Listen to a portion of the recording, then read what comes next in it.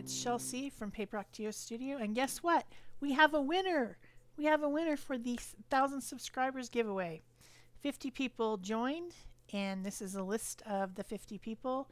Then I numbered them, and then I used random.org to generate a number, which was number 16. Number 16 is Sonia Bagley. So she's the winner. Yay! So here's a video about the art that I made her based on the things that she liked. She liked her color scheme that she said was pink, lavender, and teal. She collects vintage dog figurines and wind-up toys. She likes spring when the flowers are blooming, and she likes the beach. And so those are the things that I had to work with when I made this art.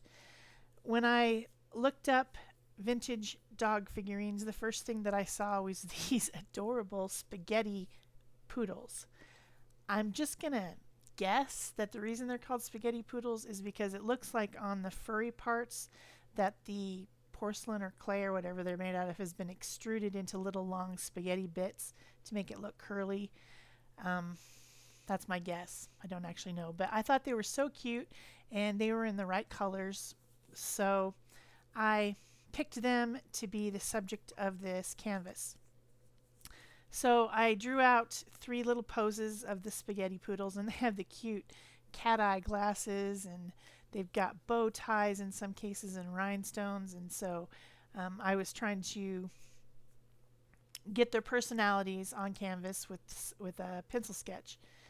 And then I needed some color for the background, and so I started out with gelatos, applying the gelatos to the canvas and then blending with a baby wipe. The problem with doing gelatos on a canvas is that you really get the frame showing up a lot on the that wooden frame behind the canvas doesn't go all the way behind, so you end up seeing the frame a little bit. So I had to blend it out. And I decided to put green on the bottom, and I thought this would be olive green, but it turned out to be strangely yellow. I don't know why, but it's okay. I'm just getting my first layer of color down. And then in the center I was putting pink, and then I was going to blend it into lavender with the blue. Didn't really blend into lavender, so things don't always work out exactly as you want. Also, this light pink came off right away with the baby wipe, so I had to put more on. But this is just a first layer of color, so it's just really, really no big deal. Just trying to get something on there. This is how art goes. So, if you don't know what gelatos are, they're just like a kind of a water-soluble, waxy, but very soft, almost like lipstick stuff. They blend with water. Interesting stuff. So once my first layer was done, I decided what I really wanted in that middle layer was more lavender. So I got out some Tattered Angels ink sprays. These are the Glimmer Mists. They have a little bit of mica in them, but it's not really going to affect anything that I do on this. You don't see the mica in the end. Oh, before I did that, jumping ahead of myself, I was just kind of blending out and making. I really wanted this project to be light, and I knew that the more layers that I put on there, the darker it's going to get. So in between layers, I'm using a brayer with some watered down gesso just to kind of grunge it up and lighten it up and push it back. So now I've got my Glimmer Mist, and I'm putting some lavender on there and then some pink because I wanted that middle section to be pink and lavender. And then at the bottom I'm using some green, which won't come out, so I have to clean it. That's what happens with ink sprays if you don't clean them right after you use them. And then some more watered down gesso just to blend everything. And then I go in after this and I kind of clean up the dogs again with a baby wipe, just so that I can see my sketch. That's the problem with putting the sketch on first, is it gets kind of covered up. But I just wanted to be able to see it a little bit. And then I decided to do some layers of stenciling to make my visual texture. I'm going to do several different layers of stenciling, and this is a way to build up layers of color and shades and what they call visual texture. It's not physical, you can't feel it, but it looks like there's a lot of layers. And so I'm doing stencils with that because the main part of the art is going to be painting the dogs. So I don't mind using stencils in the background. And I'm bringing in the teal color. The first color I put on was too blue, and I wanted it to be more teal. So this is where I'm bringing in that color. And this is kind of a sort of a mandala, I don't know what this stencil is, but I got it at Tuesday morning, so I didn't pay very much for it. I like that. And I'm using acrylic paint at this point and a cosmetic sponge. And now I've got my favorite stencil. This one is the Harlequin Diamonds. And I'm lightening up my paint every time with gesso because I really want this to remain light and pastel colors and not get too dark. So I keep blending my paint with gesso every time. You'll see me doing that over and over.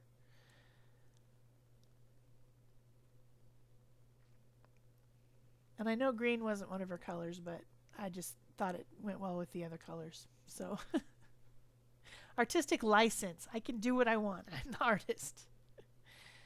So now I've got light pink, and I've got my bubbles stencil. Kind of putting that in the middle section to add more texture in the middle.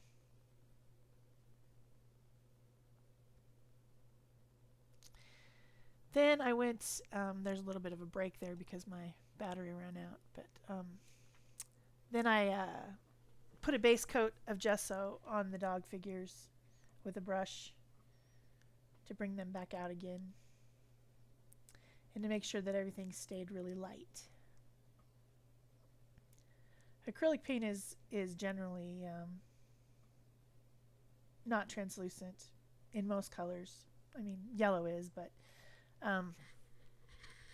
even so, I tend to blend with water, and so I wanted to make sure that the dogs were real white before I started putting the colors on them. So that's why I do this layer of gesso. Also, it adds a little bit of texture because I'm like bouncing the brush and not making it real smooth, not dragging the brush, but bouncing it, especially on the parts of the poodles that are supposed to be curly, like their legs and the top of the tail and all those places. Then while that's drying, I'm coming back in with another stencil, and I decide to make some leafy vines at the top. I know the dog figurines would not be outside, but you know, there's got to be something in the background. So I'm blending the white, the green, and the teal color to make a variety of leaves. And I think I'm done, but then I'm not, and I bring the stencil back again. Because I'm silly like that. I decide there needs to be more. I like this stencil a lot. I think it's cool. I put a little bit of it at the bottom too, in the bottom corner, because I want to be able to draw the person who's looking at the art's eye from the left to the right, and also the way that my dogs are positioned, going slightly up from the lower left to the upper right, draws the eye as well. So then I start adding my paint to the dogs, and this is the part that took the longest. This project took 4 hours, 25 minutes to complete.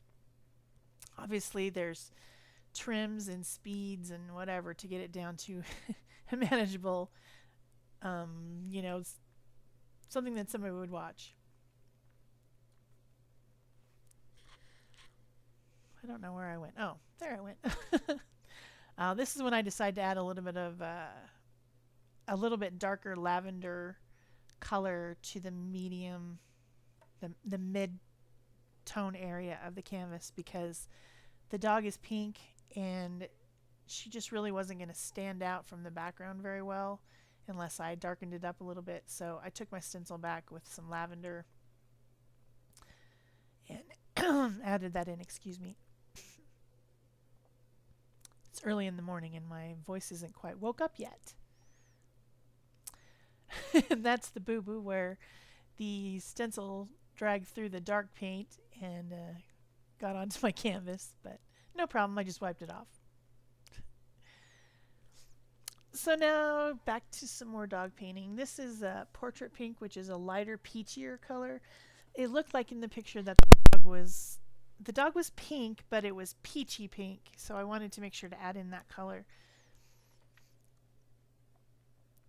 So I started with a mid-tone, then went back in with lights, and then I'll go back in with the dark and just keep blending it in that way, adding light, adding dark, adding light, adding dark, until I get the effect that I want.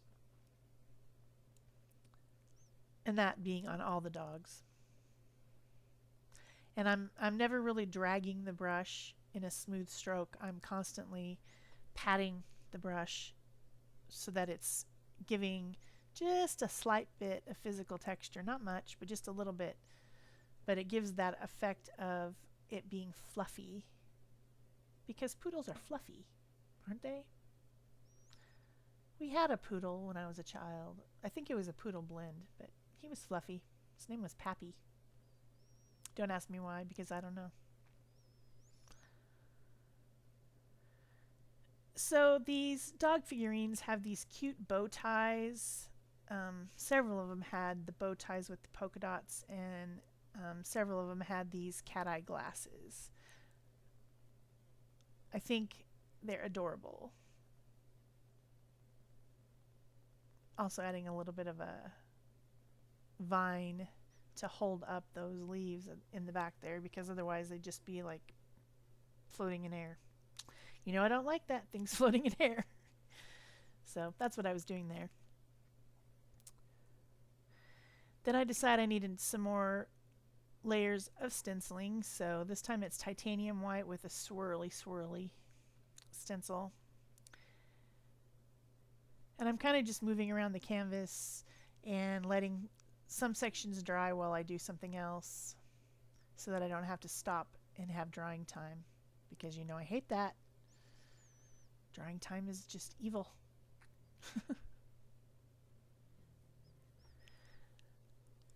I really like this swirl stencil. I think it adds a lot to the design. So if you guys have been wondering where I've been for over a week not making any videos, my mother had a bit of a stroke, and so I've been at the hospital and things like that, and I'm just now getting back to being able to do something. She's fine, don't worry about it, but I do want to tell everyone to make sure that you know what the signs of stroke are, because the faster you can get to the hospital, to the emergency room when someone's having a stroke, the better chance they have of not losing any of their brain, basically. And I knew the signs of the stroke, and we got there quickly, and she got the TPA drug, which is a clot buster, which saved her brain. So she will be fully recovered, no brain damage. But in a lot of cases, that's not what happens. So everyone, be sure that you know what to do if you think someone's having a stroke. So now I've got the black paint, and this is just a craft paint, and I'm painting in their little glasses.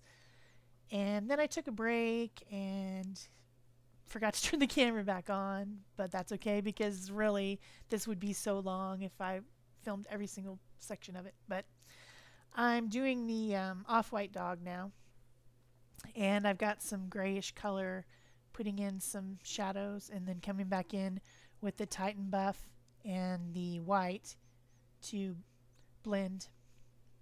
So you can see how that's done there.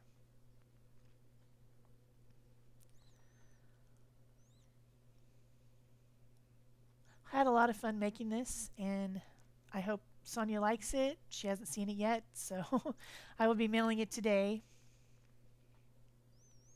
later. I just want to get this video done and up, so I'll mail it after I get done with loading this and everything.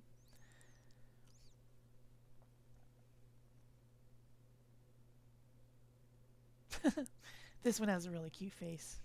I think he's cute. Or she, actually. I think these are all female, obviously. Unless male dogs like to wear cat eye glasses with rhinestones. I don't know. Maybe they do.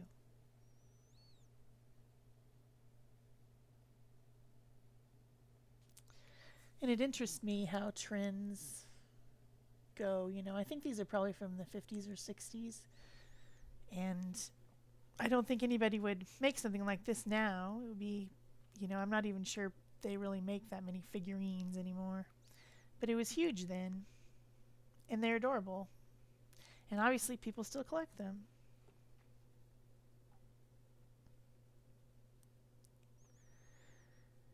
So now I'm adding in the highlights to the teal colored dog.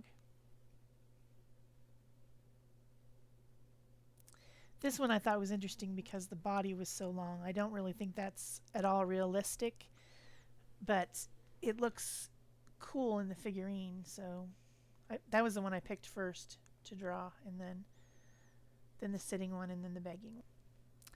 I do want to thank everyone for playing along, the 50 people who did leave comments about their likes and loves and things that they covet.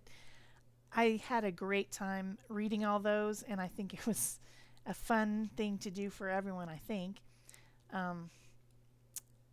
This was, you know, when there was 1,000 subscribers, and now there's 1,400 subscribers. So the trend is going upward, and I'm very, very grateful and thankful for that.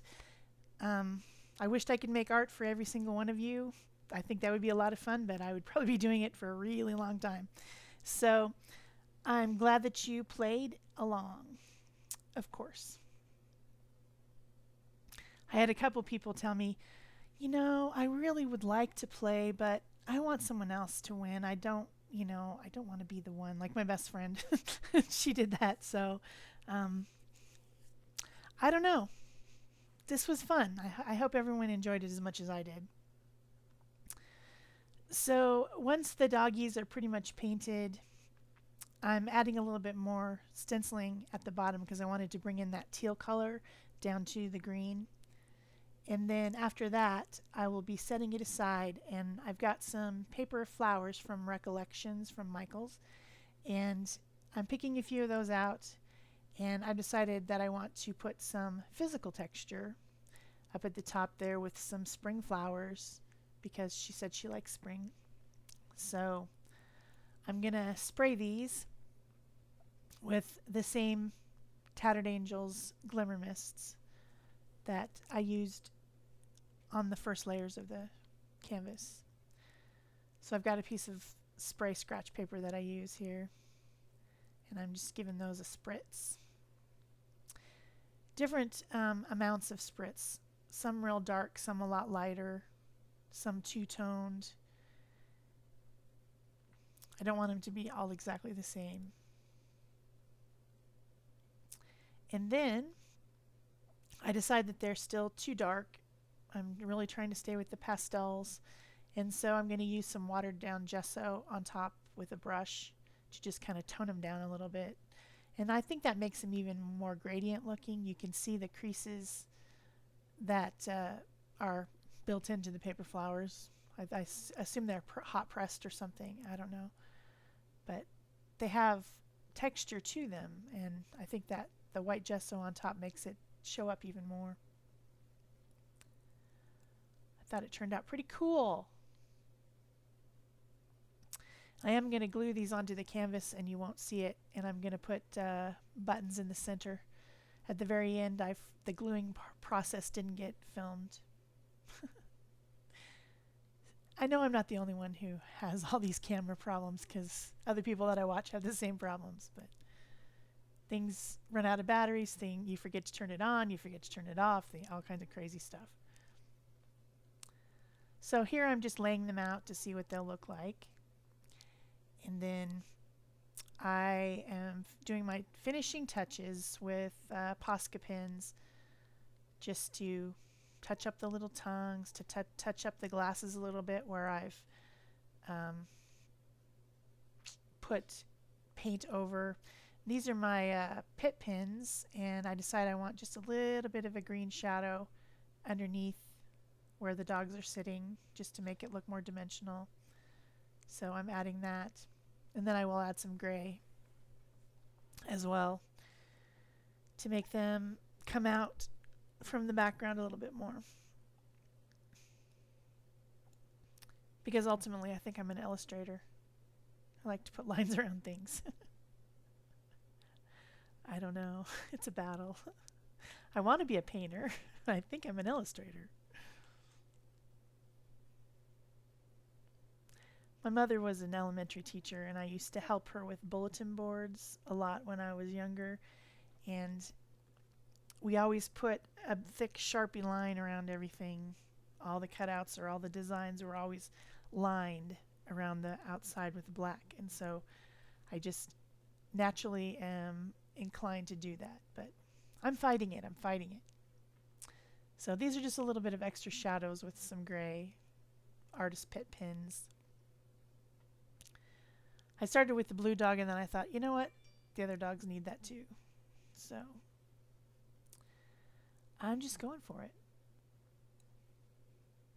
So I hope you've enjoyed this video and this whole process of subscriber giveaways. I hope everything turned out great for everybody. And if you like this video, please give it a thumbs up, or subscribe, or comment, or share. All those things help YouTube understand that I'm doing something that's valuable.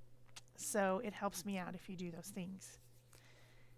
And yeah, I think I'm almost done. I'm getting there. Almost done. Oh yes, the black Posca, that's what it is. Still gotta kind of fix up the dots in the glasses where I've made it a little bit messy. Pens are just a little bit easier to control. I also am going to spray this at the end with matte spray to seal it. So here's your close-ups. I hope you like them, and I hope Sonia's happy with this art. And that's it for me. Thanks. Bye-bye.